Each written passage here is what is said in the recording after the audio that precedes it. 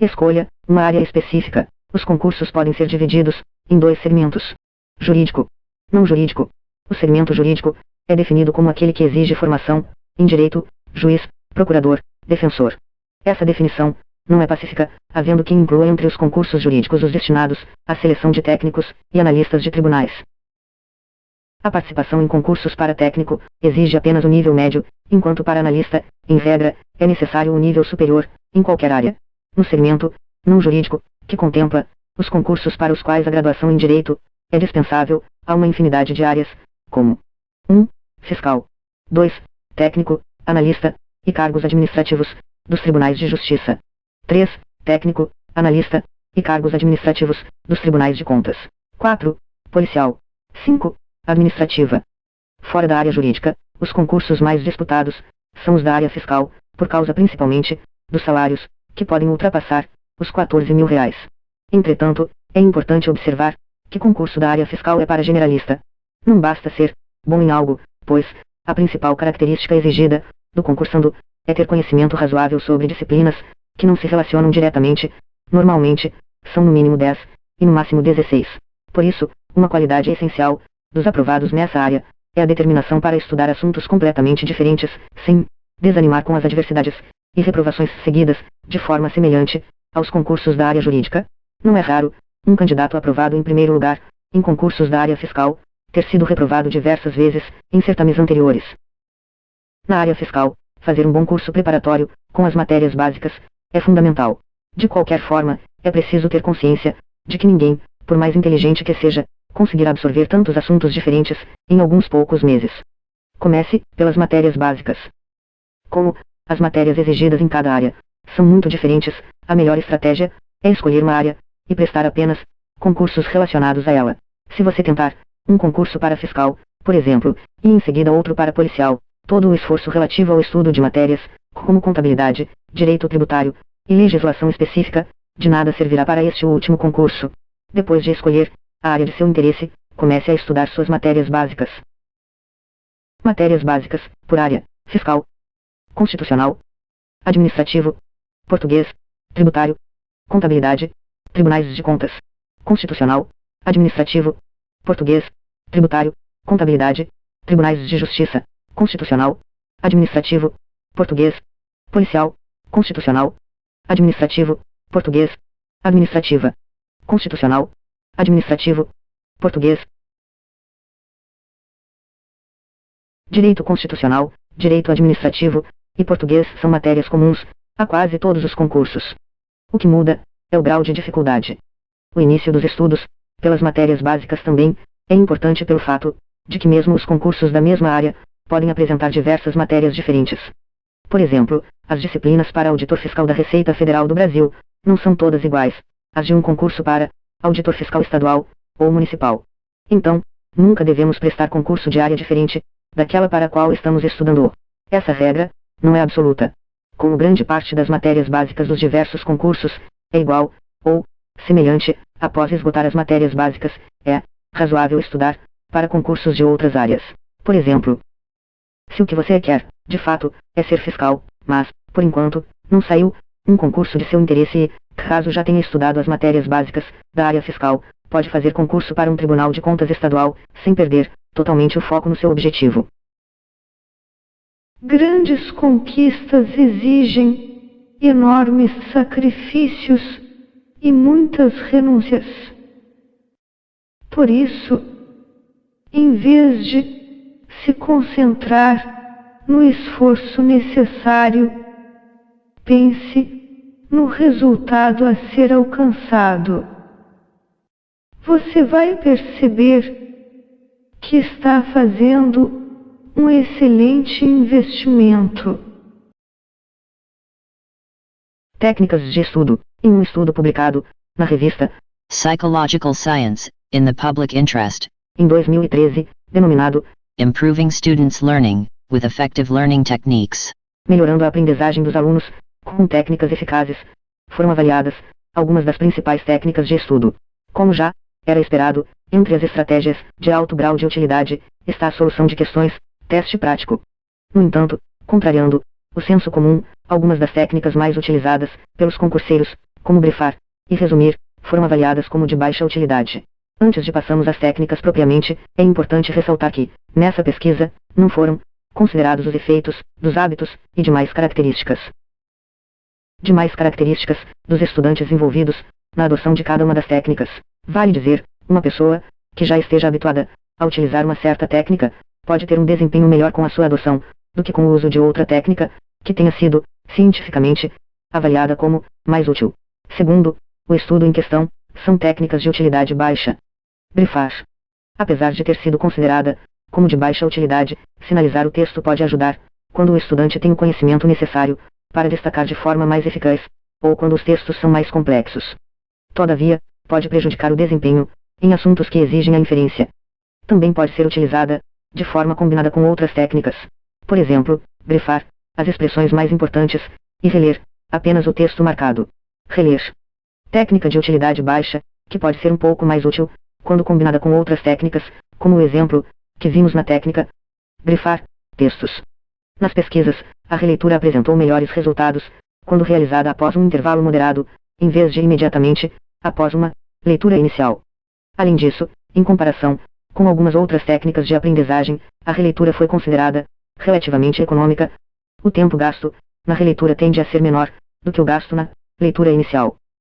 No entanto, nas comparações com as técnicas interrogativa, autoexplicação e teste prático, por exemplo, a releitura não se saiu bem, sendo avaliada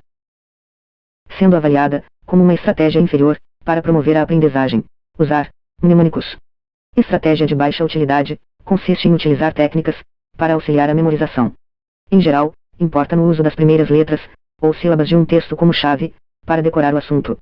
Talvez o mais conhecido seja o mnemônico su, si, de, va, polo, amplamente utilizado no estudo do direito constitucional para memorizar os fundamentos da República Federativa do Brasil. Na avaliação da pesquisa, não se trata de uma técnica altamente eficiente em termos de tempo necessário para a formação e geração de palavra-chave, e pode não produzir aprendizagem durável. Todavia, pode ser adequada para assuntos não muito complexos, nem abstratos, ou seja, que envolvem decoreba. Fazer mapas mentais. A técnica de visualização também foi considerada de baixa utilidade, tendo se mostrado mais útil quando envolve frases, textos conhecidos ou curtos e testes de memória. Segundo a pesquisa, o esforço envolvido no treinamento para desenvolver a técnica e na geração de palavras-chave pode não ser o uso mais eficiente do tempo do estudante, se comparado ao tempo gasto na utilização de outras técnicas tão eficientes quanto a elaboração de mapas mentais. Resumir. Técnica de utilidade baixa para provas objetivas, mas bastante útil para provas escritas. Conforme a pesquisa, pode ser uma estratégia eficaz de aprendizagem para os estudantes que já estão acostumados a resumir. No entanto, como exige treinamento longo de quem não está acostumado ao seu uso, é uma técnica pouco viável para aplicação geral.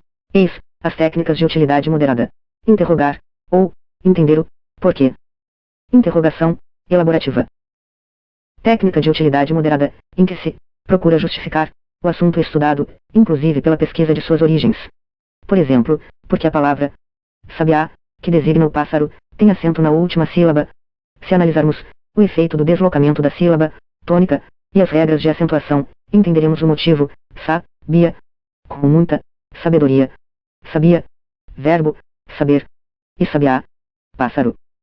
Essa técnica é muito útil em redações e provas discursivas. Conforme a pesquisa, no caso de estudantes com baixos níveis de conhecimento, algumas evidências sugerem que os benefícios da interrogação elaborativa podem ser limitados. A técnica apresentou melhor resultado quando aplicada após um curto intervalo de tempo. Autoexplicar.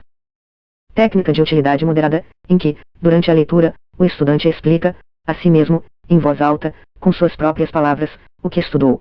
Bastante útil no estudo de temas muito abstratos. Intercalar as matérias. Técnica de utilidade moderada. Consiste em alternar as matérias estudadas ao longo do dia, por exemplo. Segundo a pesquisa, essa técnica é mais eficiente do que estudar apenas uma matéria por vez, até esgotá-la. Seu principal benefício é ajudar a manter a concentração por mais tempo. Provoca menos cansaço. Por exemplo, estudar 4 matérias. 4 matérias por dia, durante 1 hora cada, com um intervalo de 15 minutos entre elas. Estas são as técnicas de utilidade alta. Exercitar. Teste prático. Técnica de utilidade alta que pode ser até 2 vezes mais eficiente que as outras estratégias. Por exemplo, com o uso de questões de concursos anteriores das disciplinas de seu interesse, o estudante pode simular a resolução de uma prova. Todavia, essa técnica precisa ser associada a um nível, no mínimo, razoável do estudo da teoria. Além disso, os assuntos com maior incidência de erros durante o teste prático precisam ser revisados. Distribuir o estudo. Prática distribuída. Técnica de utilidade alta consiste em dividir, por um período razoável de tempo, os assuntos a serem estudados. Assim, o estudante deve distribuir as matérias e assuntos por um período não muito curto. O reestudo dentro de um período reduzido pode transmitir a impressão de que o leitor sabe mais do que realmente sabe. O assunto fica retido na memória de curto prazo. Por isso, o desempenho na retenção das informações costuma melhorar quando a matéria é revista após um intervalo maior. O tempo de intervalo depende do período durante o qual o estudante quer reter a matéria. Segundo as pesquisas, a performance é melhor quando os intervalos nas sessões de estudo são entre 10 e 20% do tempo desejado de retenção. Por exemplo, para o estudante se lembrar de uma disciplina, ao fim de 10 meses, ela deve ser revista a cada mês. Técnicas de estudo. Técnicas de utilidade baixa. Brifar, reler, usar, mnemônicos, fazer mapas mentais, resumir. Técnicas de utilidade moderada. Interrogar, autoexplicar, intercalar as matérias. Técnicas de utilidade alta. Exercitar, distribuir o estudo. Como alternar as disciplinas? Há diversas estratégias de estudo das matérias. Entre elas, existem aquelas em que o candidato estuda uma matéria por vez, até esgotá-la, para só então passar para outra. Ponto mais positivo: a disciplina é vista de forma sistemática, com início, meio e fim, e a possibilidade de aprendê-la aumenta. Ponto mais negativo: o tempo entre uma matéria e outra é muito grande. Por isso, o concursando pode esquecer com mais facilidade matérias que já estudou. 2. Uma matéria a cada hora, alternando várias disciplinas ao longo do dia. Ponto mais positivo: menor desgaste mental, visto que são exploradas diversas áreas do cérebro de forma alternada, o que provoca menor cansaço. Ponto mais negativo: o tempo entre o início e o fim de cada matéria demora muito. 3. Uma matéria a cada dia, semana, mês, etc. Qual a melhor estratégia? Alternar diversas matérias no mesmo dia, ou estudar uma por vez. Se você já está acostumado a estudar, deve ter adquirido diversos hábitos em sua preparação, por isso pode enfrentar enorme dificuldade em mudá-los. Outro aspecto importante é que cada pessoa responde de forma diferente. Responde de forma diferente a algumas espécies de estímulos. Há quem aprenda mais com textos, assim como existe quem prefira imagens e sons, por exemplo. Por isso, aquilo que é uma boa técnica de estudo para uma pessoa pode não ser a melhor para outra. Cada um deve avaliar o que funciona bem ou não em sua preparação e priorizar os estímulos que lhe sejam eficazes. Porém, se estiver dispostos a aperfeiçoar sua estratégia de estudo, será importante considerar que o cérebro funciona de forma departamentalizada. Vale dizer, cada uma de suas áreas é especializada em um assunto. Se estudar seguidamente apenas português, por exemplo, depois de algumas poucas horas, você terá saturado a área do seu cérebro responsável pelas habilidades relacionadas a essa disciplina. No entanto, se depois de aproximadamente 1 hora de estudo de português, você alternar para matemática, a área acionada no cérebro será diferente da anterior, e seu rendimento poderá ser mantido em alto nível. Por esse critério, você pode explorar diversos grupos de neurônios de forma alternada, sem deixar que eles fiquem completamente saturados. Enquanto o tico estuda, o teco descansa. Você já observou que quem é gago não gagueja quando canta, pois é um dos fatores para isso ocorrer é que quem responde predominantemente pelo ato de falar é o lado esquerdo do cérebro, enquanto no canto prevalece o lado direito. Apenas para fins didáticos, podemos imaginar que os 4 retângulos apresentados a seguir representam um agrupamento de neurônios que respondem pelas disciplinas indicadas: português, matemática, constitucional, informática. Com base nisso, eis o nosso plano de estudo em um dia, para o qual programamos 4 horas de dedicação. Português, 1 hora. Matemática, 1 hora. Constitucional, 1 hora. Informática, 1 hora. Este é apenas um exemplo que deve ser adaptado de acordo com suas possibilidades, considerando, por exemplo, o tempo disponível diariamente. É interessante observar que quanto menor a semelhança entre a matéria que você para de estudar e aquela que inicia, menor a probabilidade de ficar muito cansado mentalmente. É O que acontece, por exemplo, entre português e matemática? É fundamental mesclar teoria e exercícios, o que, além de ajudar na fixação da teoria, também lhe dá mais ânimo e ritmo no processo de aprendizagem. Nesse aspecto, uma boa estratégia é, periodicamente, resolver exercícios das disciplinas cujo conteúdo teórico você já esgotou. Assim, o estudo da teoria fica limitado a matérias novas. Por exemplo, se você já estudou a teoria de português e direito constitucional, e ainda tem de estudar a teoria de matemática, considerando apenas essas 3 disciplinas, e 4 horas disponíveis, sua grade diária pode ficar assim. Matemática, 1 hora, teoria e exercícios. Português, 1 hora, exercícios. Constitucional, 1 hora, exercícios. Matemática, 1 hora, teoria e exercícios. Depois de conquistar a vitória tão sonhada, o que você hoje vê como grande dificuldade vai se transformar em motivo de orgulho e objeto da admiração geral. Antes, porém, alguns tropeços são quase inevitáveis. Leitura, áudio, visual, digital. O Manual dos Concurseiros, terceira edição, foi processado em leitura, áudio, visual, digital como uma alternativa para alcançar maior eficácia na leitura. A. Capacitando concentração. B. Potencializando fixação do texto pelos cérebros direito e esquerdo, auxiliados pelos estímulos visuais e sonoros. C. Reduzindo o cansaço de leitura de longo tempo. D. Permitindo a leitura às pessoas com deficiências visuais. E. Auxiliando o indivíduo do tipo auditivo. Observação: recomenda-se o uso do interfone para ampliar a aprendizagem. Estamos desenvolvendo outra técnica de estudo, de aplicação do programa de software. Aguarde.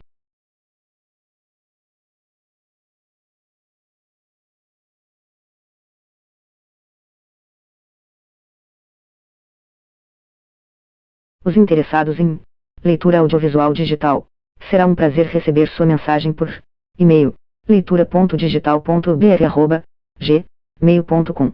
Título: Leitura audiovisual digital, ou Akira Nakao, 021 999 03 42 77. Causo 2. Aula de contabilidade para surfista. Aluno, surfista. Professor, não tô entendendo nada dessa matéria. Na hora do balanço, fico perdidinho. Professor de contabilidade. Isso é fácil, meu brother. Imagina que você acabou de conquistar uma gata. A classificação do relacionamento vai depender das suas intenções. Se você só está ficando sem compromisso, é ativo circulante. Porém, se rola a intenção de permanecer com a mina por mais tempo, porém você não quer se casar, então é ativo não circulante realizável a longo prazo. Agora, se você está a fim de se casar, a classificação depende da finalidade, se é por interesse, investimentos, se é na base do amor, imobilizado. Todavia, se você está a fim da gata, mas ela é que não quer se casar, aí é intangível.